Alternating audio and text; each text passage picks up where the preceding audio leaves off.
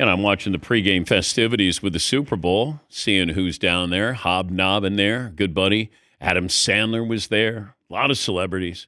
And I look over and I go, there's a guy in San Francisco who looks just like Reggie Miller.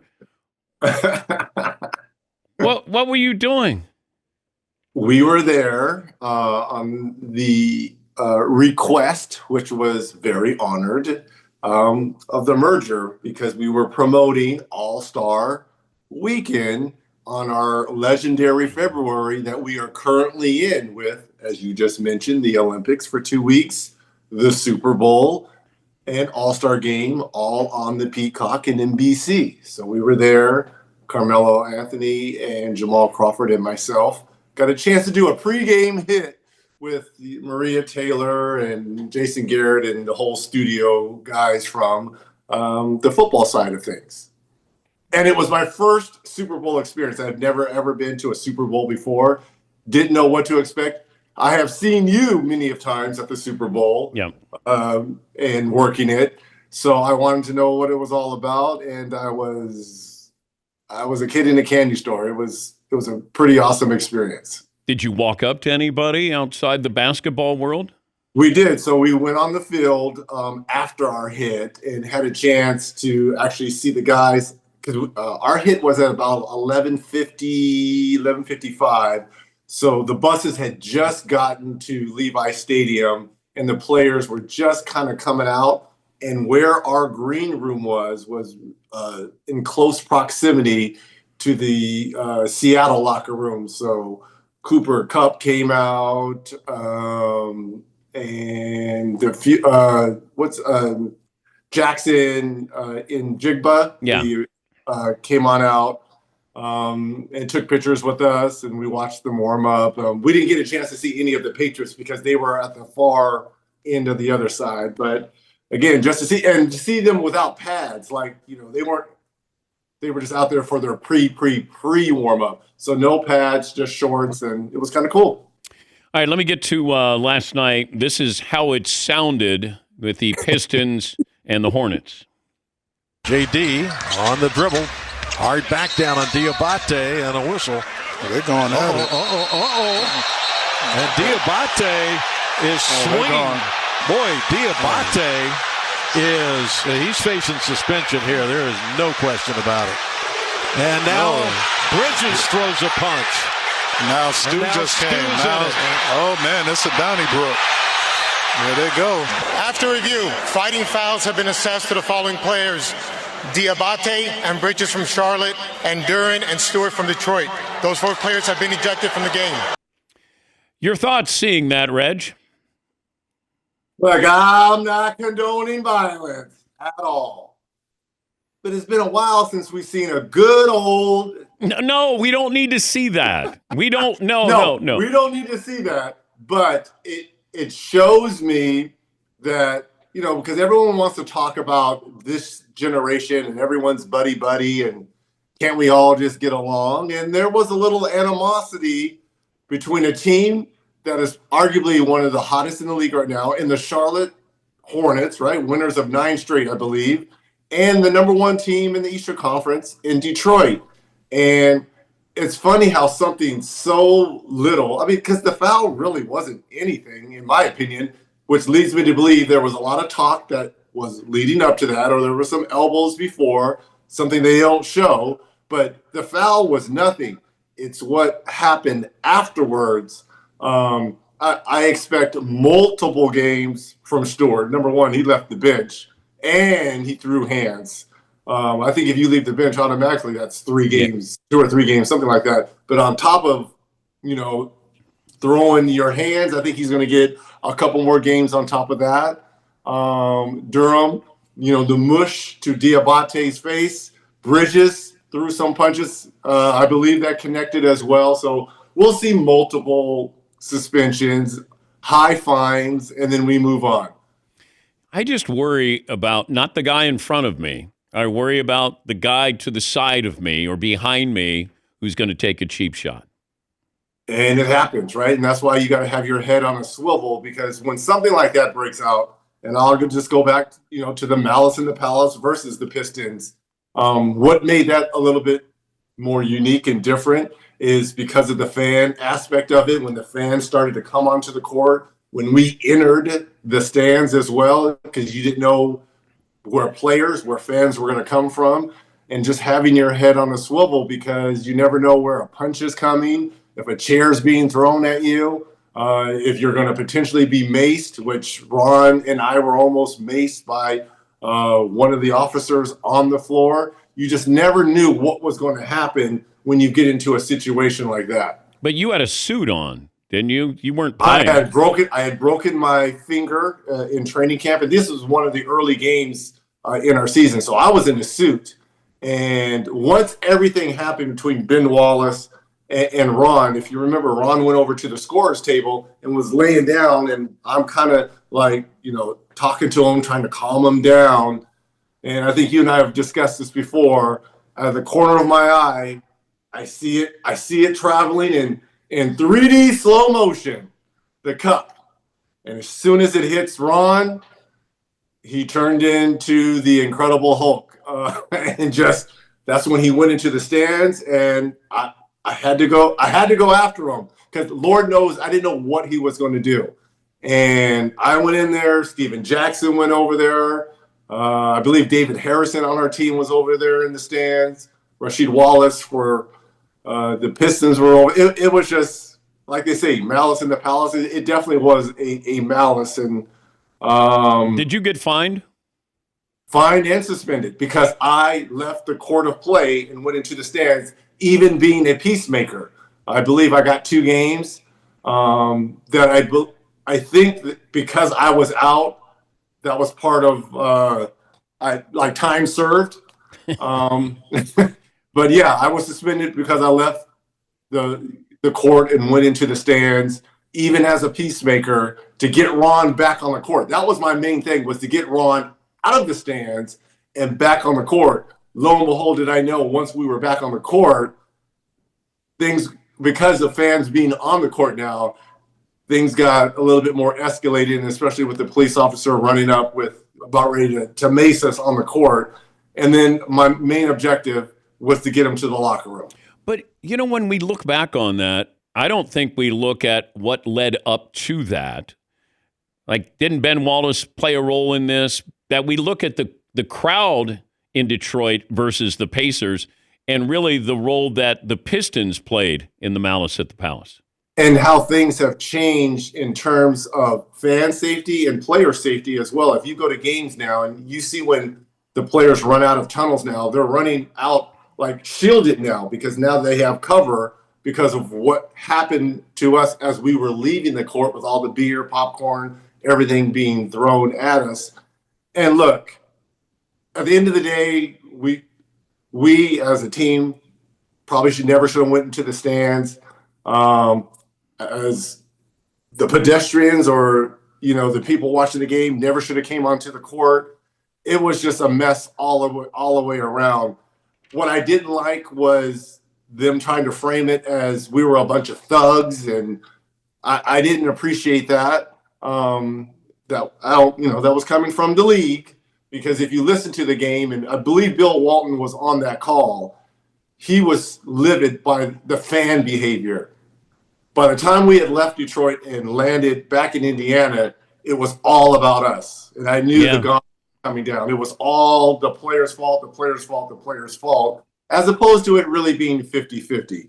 But I will say this, we should have known better. It cost us. I thought that was one of our best chances to win a championship because we had just signed Steven Jackson. He was gone for like 25, 30 games. Jermaine was gone for 25, 30 games. And Ron Artest was lost for the rest of the season. And remember, they were the defending champs. And what led up to that was the history in the playoffs the year before, being that close to moving on to the finals. And remember, they beat the Lakers. We felt that could have been us. And then we smacked them in our first matchup, the defending champs versus us in that rivalry. And we were trying to send a message, Dan. And we all saw what happened after that. He's Reggie Miller, the Hall of Famer, NBC Sports lead analyst. NBC has the All-Star Game for the first time since 2002.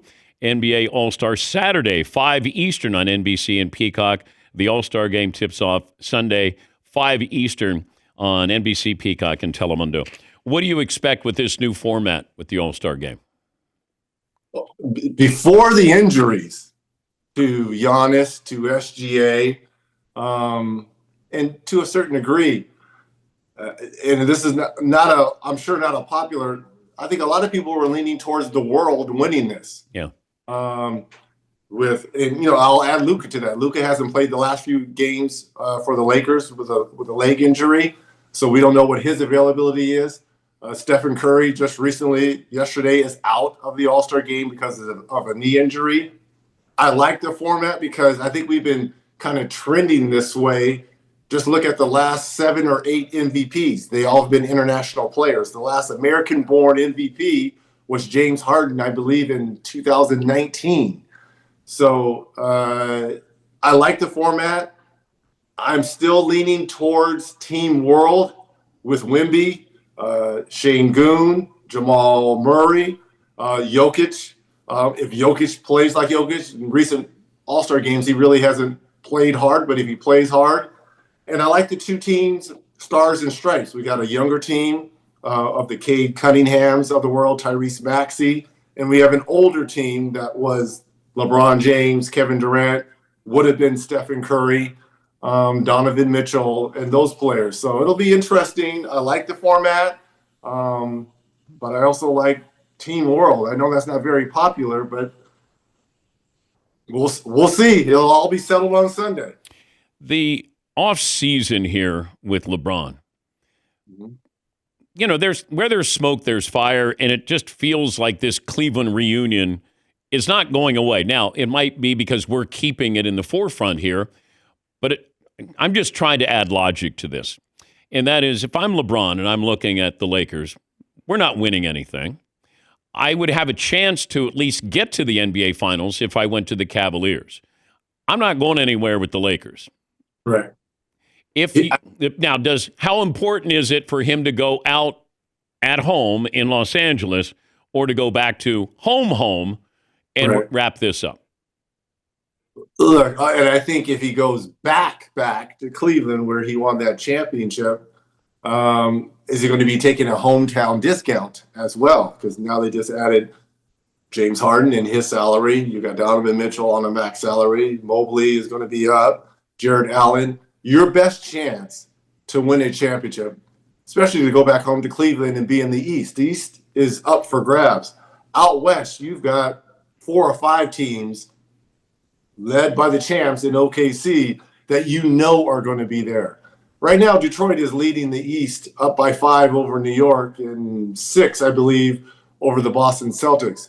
But the East will be getting some strength back with possibly Tatum coming back this year, but we know he'll be back next year for Boston. Halliburton, Indiana will be better now that they've gotten Zubac in that big trade. So the Pacers will be better.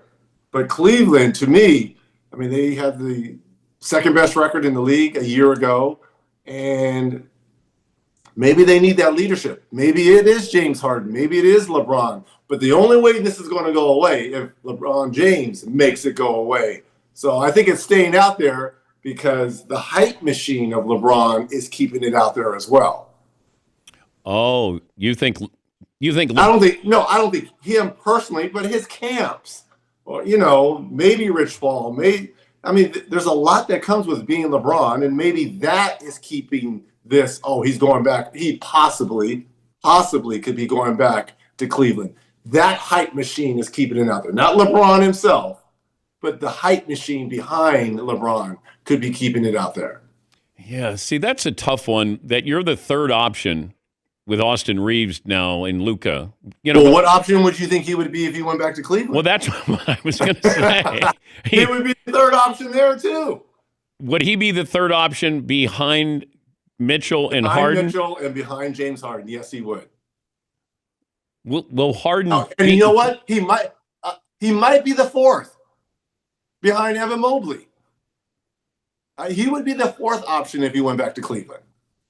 But to have that experience in the lineup, and the problem is if you do that, Jalen Tyson, an up-and-coming player who's in their starting lineup now, to me, it will probably stunt his growth because he'll move to the bench to make way for LeBron. But again, we're getting ahead of ourselves. Right now, he's on the Lakers. Let's focus on what he can do for the Lakers and what they can do to, maybe upset some teams in the Western Conference. But we're getting ahead of ourselves here, Theodore. NBA talking about expansion with Vegas is a foregone conclusion. I think so. Okay. I think Seattle is a foregone conclusion. Okay. It would never should have left Seattle in the first place. It is a great fan base, as we just witnessed on Super Bowl Sunday, how they travel and how they've been for their football team, having a chance to play GP and those great Nate McMillan, Dale Ellis, and some of those great Seattle teams.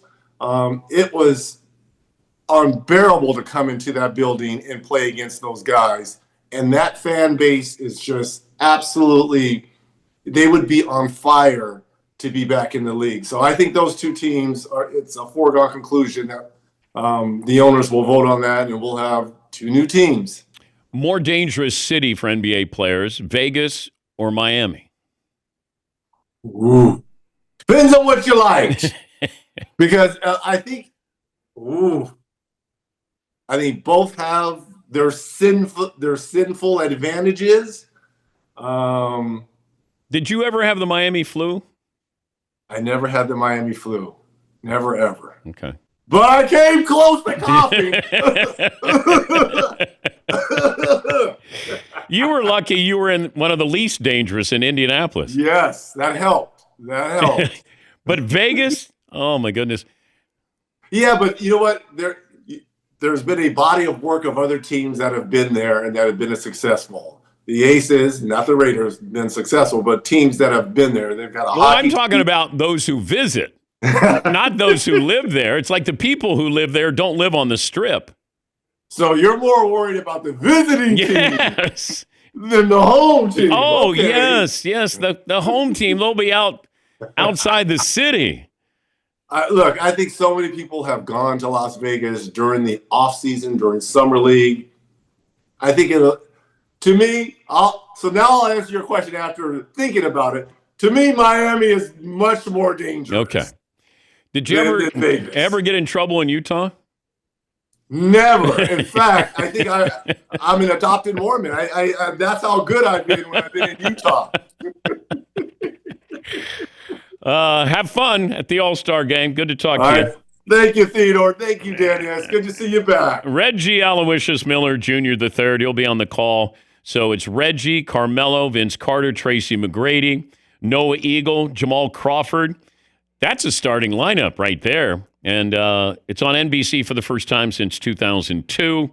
NBC has the All-Star Saturday. That's 5 Eastern. The All-Star game itself, 5 Eastern on Sunday. We'll take a break.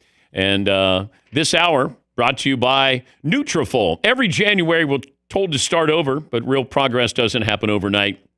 Nutrafol, the best-selling hair growth supplement brand, targets key root causes of thinning hair, and you can get thicker, stronger hair in 3 to 6 months. Skip the shortcuts. Visit Nutrafol.com. Use the promo code Dan Patrick.